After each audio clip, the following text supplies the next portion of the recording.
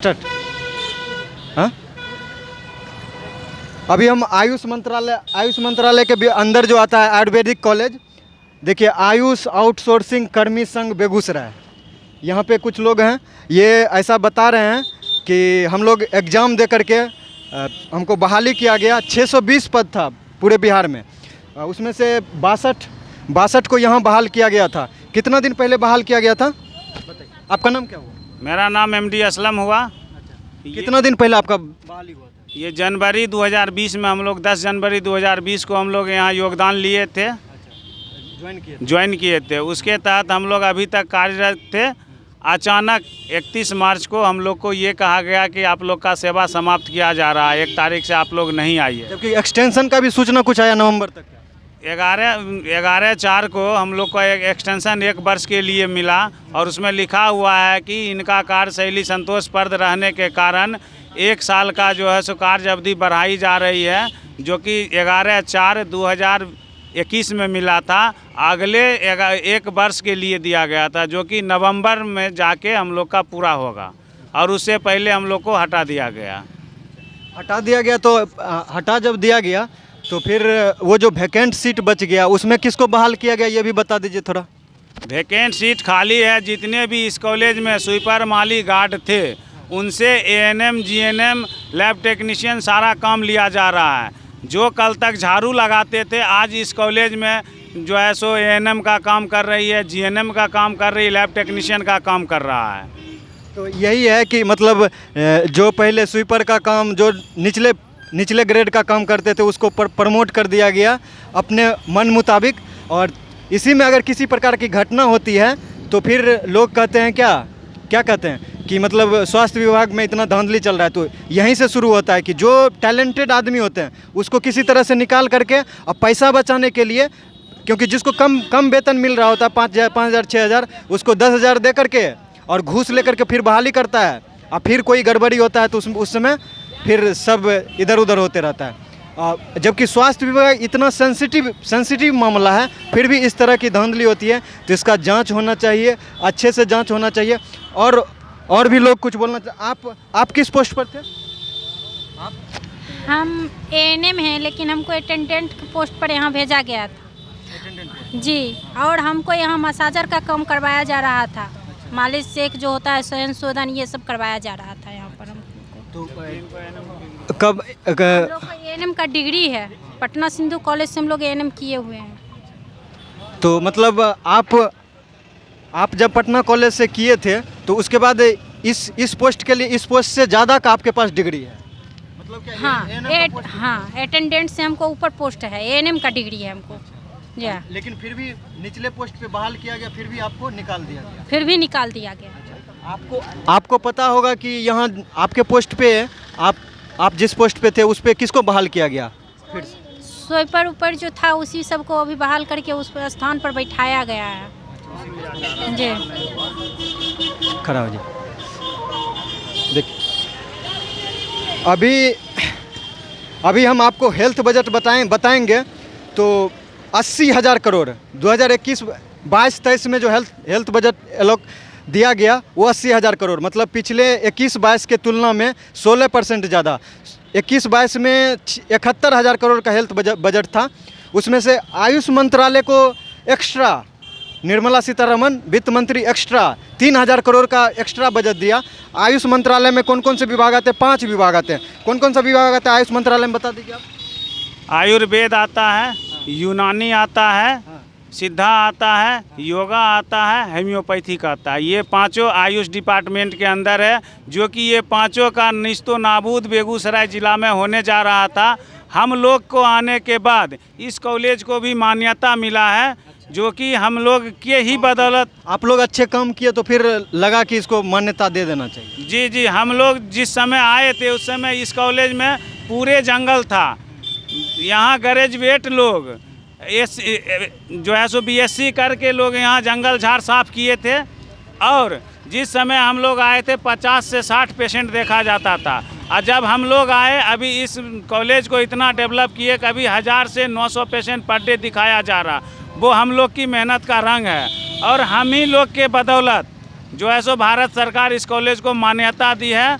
जो कि वो बिहार सरकार से सूचना दिया है बिहार सरकार को कि अगर वैकेंट सीट को आप लोग भरते नहीं हैं तो हम लोग मान्यता वापस ले लेंगे।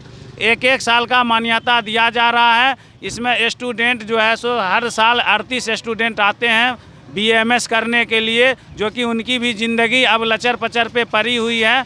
हम लोग हट जाएंगे, कॉलेज का मान्यता रद्द होगा, स्टूडेंट रोड पे भटकेंगे। अच्छा, एक बात और है कि अगर 3,000 करोड़ रुपया एक्स्ट्रा दिया गया, 3,000 करोड़ रुपया अगर एक्स्ट्रा दिया गया तो फिर इन लोगों को क्यों निकाला जा रहा है? एक्स्ट्रा मतलब जितना बजट मिलता है वो तो मिलता ही आयुष मंत्रालय का, उसमें से एक्स्ट्रा ऐड करके 3,000 करोड़ दिया गया। अब बाकी 620 था ना, 620 लोग बहाल हुए थे, तो उसका कोई ज़्यादा आंकड़ा बहुत ज़्यादा है नहीं। तो अच्छा, एक बात हम आप लोगों से कहना चाहते हैं, बहुत हुई भ्रष्टाचार की मार, यही है ना? एक बार फिर मोदी सरकार, बोलिए तो आप लोग। हाँ, बोलिए। कभी नहीं बोलेंगे। क्यों बोले सर? हम क्यों बोले मोदी सरकार? इतना अच्छा भ्रष्टाचार करवा रहे हैं। पहले होता था ना, बहुत हुई महंगाई की मार है, एक बार फिर मोदी सरकार। तो भ्रष्टाचार हो रहा है तो फिर मोदी सरकार। तो सर हम लोगों को मोदी सरकार से थोड़ी ना कोई प्रॉब्लम है, हमें चाहिए बिहार सरकार। जो भी कहना है हमें बिहार सरकार को कहना है। आयुष हम तो बिहार सरकार को कहेंगे ना। आयुष मंत्रालय आपको एलोकेट करता है पैसा, जो है ना आयुष मंत्रालय देता है। आयुष मंत्रालय, निर्मला सीतारमन 3,000 करोड़ रुपया दिया आयुष मंत्रालय को। तो आयुष मंत्रालय के अंदर आता है आपका, तो वो फिर बिहार सरकार को देगा, बिहार सरकार से फिर यहाँ आएगा। तो क्यों ना आप ऊपर जाएंगे? अगर हमको यहाँ प्रिंसिपल से मिलना है तो हम यहाँ थोड़े जाएंगे। यहाँ अगर हमारा काम प्रिंसिपल तक ही हो जाता है तो हम प्रिंसिपल तक ही क्यों ना रहे?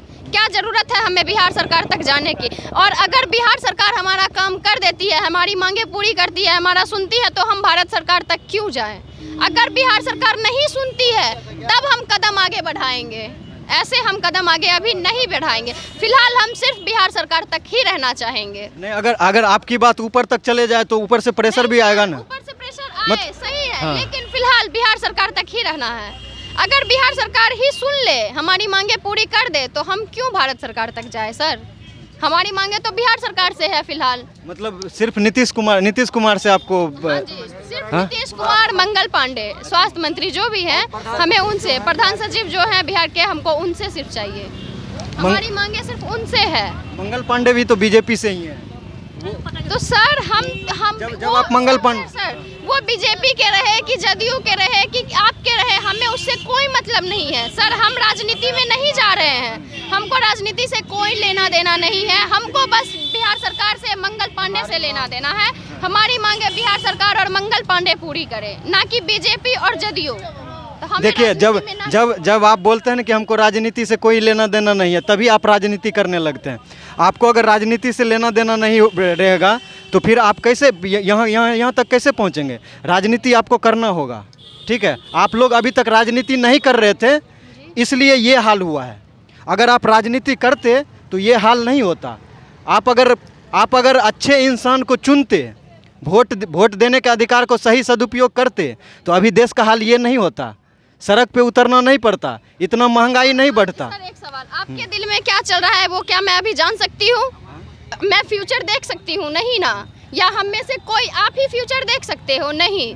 आगे क्या होगा हम ये कैसे सोच सकते हैं? हमें तो यही लगता है ना कि अब जो भी सरकार आएगी हमारे हित में रहेगी, जनता के हित में रहेगी। लेकिन वो सरकार बनने के बाद क्या करती है वो उनकी प्रॉब्लम है। अच्छा, आगे से हम ये ध्यान दे सकते हैं कि हम उनको ना चुने। ये मतलब इतना स्वीकार कर रहे हैं कि भ्रष्टाचार बढ़ा है, महंगाई बढ़ा है। नहीं, हम सर कुछ स्वीकार नहीं करेंगे। हम लोगों को इन सब से सर दूर रखें। हम लोग की जो मांग है, हम लोग को फिलहाल सिर्फ उतना चाहिए और कुछ नहीं। मांग यही है कि आपको कंटिन्यू कर दिया जाए। हाँ जी, कंटिन्यू हम लोग को कंटिन्यू सारे कर्मी को वापस लिया जाए। 620 के 620 और बेगूसराय के 62 कर्मी हैं, 62 को वापस लिया जाए। तो सिर्फ देखिए, यही होता है ना कि जब आप यूनिटी बना के रखेंगे, आप सिर्फ अपना काम, कहते हैं ना कि अपना काम बनता भाड़ में जाए जनता, यही कहते हैं ना। सिर्फ आप यूनिटी बना के रखेंगे, कम से कम 620 आदमी जो है जिसको निकाला गया है, वो सभी एक व्हाट्सएप ग्रुप से या किसी चीज़ से जुड़िए। हाँ, सब कोई एक दूसरे के कांटेक्ट में है। जितने भी 620 के हैं सब कोई कांटेक्ट में है। जितने भी जिला के जो भी अध्यक्ष हैं एक दूसरे के कांटेक्ट में हैं। जो भी बातें होती है सारे अध्यक्ष से के होती है, होती में ही होती है। हर एक जिला में आज सब कोई धरना पे बैठे हैं। लेकिन ऐसा मत बोलिए कि हमको 62 से ही मतलब है, क्योंकि नहीं सर, मैंने आपको क्या बोला कि बिहार के 620 और बेगूसराय के 62, मैं अपने डिस्ट्रिक्ट को लेके चली। मैं ये नहीं बोली कि मुझे सिर्फ 60 सूट से मतलब है, मुझे 620 से मतलब है, लेकिन बेगूसराय के 62 कर्मी को लिया जाए। ये नहीं कि मुंह देख के 5 कर्मी को आप रख लो और बाकी 50 कर्मी को मुंह उठा के फेंक दो। तो ये मुंह दिखाई वाला काम हमें नहीं चाहिए। अच्छा, आप लोगों को क्या लगता है कि आपकी बात अगर ऊपर तक जाए तो वो सुना जाएगा? जी, अगर हम सही हैं तो हमारी बातें सुनी जाएगी, और हम लोग सही हैं क्योंकि हम लोग जो भी कर रहे हैं ऑन प्रोसेस कर रहे हैं। हमारा एक एक काम प्रोसेस के हिसाब से हो रहा है।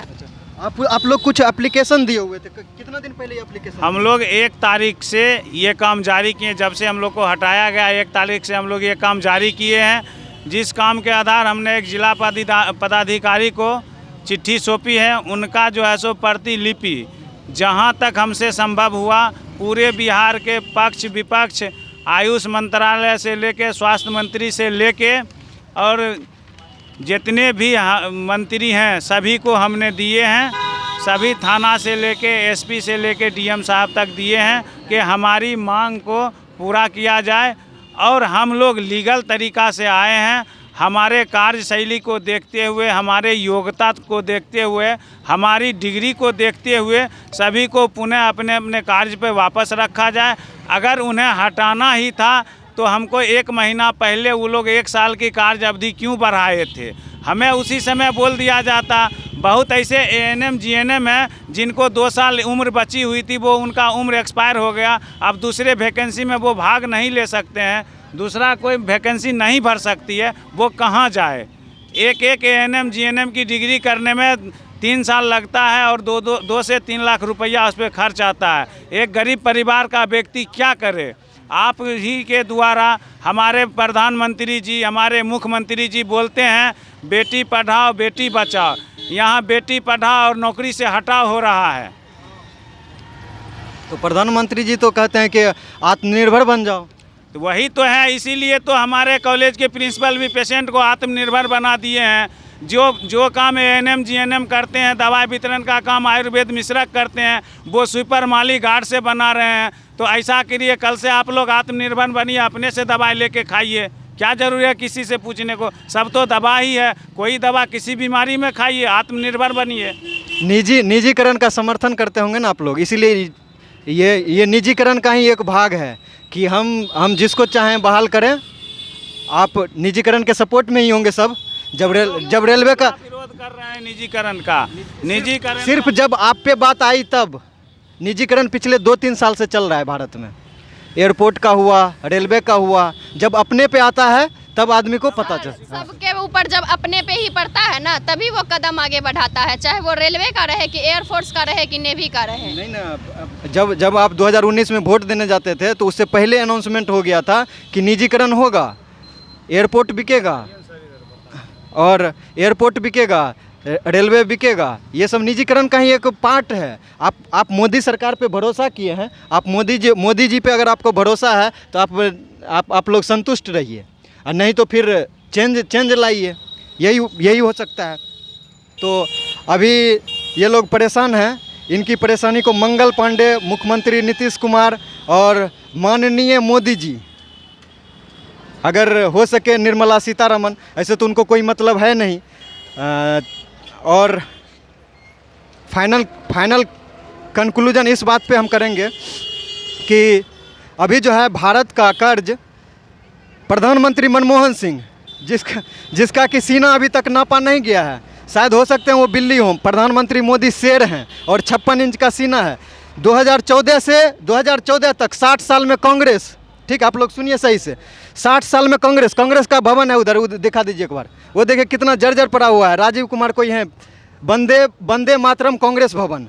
60 साल में कांग्रेस 53 लाख करोड़ का कर्जा भारत पे आया था 2014 से पहले, मतलब कांग्रेस की सरकार थी। 2014 के बाद 2014 से 2022 तक 7 या 8 साल में अभी फ़िलहाल 125 लाख करोड़ का कर्जा है। ठीक है, कर्जा है तो हो सकता है इसलिए भी आप लोगों को निकाला। हाँ, 125 लाख करोड़ का कर्जा है। और ये 2023 तक 155 लाख करोड़ हो जाएगा। तो आप लोग शेर पाले हैं, तो शेर पालने में खर्चा भी आता है। बिल्ली था पहले मनमोहन सिंह बिल्ली थे, नहीं बोलते थे, म्यों म्यों करते थे और हार्वर्ड में सिर्फ पढ़ाते थे। पता नहीं मोदी जी किस कॉलेज में पढ़े हैं, आप लोग को पता होगा तो बताइएगा ज़रूर। किन को पता है? अच्छा ठीक है। हाँ, तो सिर्फ तो शेर पाले हैं ना आप लोग, राम मंदिर बना है ना, सब खुश है ना। मोदी कीजिए एक बार, बोलिए जय श्री राम कीजिए, जय श्री राम। देखिए ये लोग भी खुश हैं एक तरह से। तो निजीकरण के समर्थन में ऐसे इनका बात सुना जाना चाहिए और आप लोग थोड़ा जागरूक हो जाइए। हम जगाने के लिए ही आया, थोड़ा जागरूक हो जाइए। ये नहीं कि व्हाट्सएप पे फॉरवर्ड आया मोदी जी शेर हैं, हम लोग मोदी जी नहीं होंगे तो हम लोग मर जाएंगे। लेकिन पीछे से क्या चल रहा है वो सब भी जानिए। कभी गूगल सर्च करके देखिए कि भारत पे कितना कर्ज बढ़ रहा है। पेट्रोल का दाम लगातार 20 दिन से 80 पैसा बढ़ रहा है। हाँ, बढ़ रहा है ना। तो फिर 2024 में खूब हुई भ्रष्टाचार की मार। 2024 में मोदी सरकार। बोलिए तो एक बार और आप लोग। हाँ, कभी नहीं बोलेंगे सर। आप किसी एक से बुलवा के देख लो, कोई नहीं बोलने वाला। हम अच्छा, क्यों बोले? ठीक है। तो मतलब क्या थोड़ा सा परिवर्तन आया, थोड़ा सा चेंज आया है, लोग जागरूक हो रहे हैं धीरे धीरे। तो आप लोगों को भी जागरूक होना है, नहीं तो आप पे भी यही बात आपके घर तक पहुंचेगी। जब निजीकरण नोटबंदी हुआ था तो बड़े छोटे छोटे व्यापारी को बर्बाद कर दिया गया था। तो लोग हंसते थे कि मोदी जी हैं, कुछ अच्छा ही किए होंगे। किसान पर जब अत्याचार हुआ तो मोदी जी हैं, अच्छा ही किए होंगे। बस इतना ही आज के लिए। वीडियो को ज़्यादा से ज़्यादा शेयर कीजिए और हो सके तो इन लोगों का प्रॉब्लम, हाँ, थोड़ा जो है सो कॉलेज का साफ सफाई दिखा दीजिए। मेडिकल वो जाएंगे फिर से अंदर जाएंगे।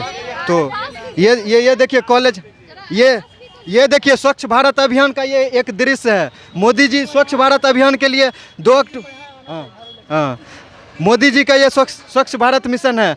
और हाँ, ये मेडिकल कॉलेज है, अभी इस तिरपाल से नहीं दिख रहा है। आयुर्वेदिक कॉलेज है, थोड़ा सा पीछे जाके ऊपर का। ठीक है। तो आप लोग ज़्यादा से ज़्यादा इस वीडियो को शेयर कीजिए और इन लोगों का मांग पूरी हो, ये हम कामना करते हैं मुख्यमंत्री नीतीश कुमार से। धन्यवाद। थोड़ा आप स्टेटमेंट लीजिए जाके। अभी बंद कीजिए, फिर से दूसरा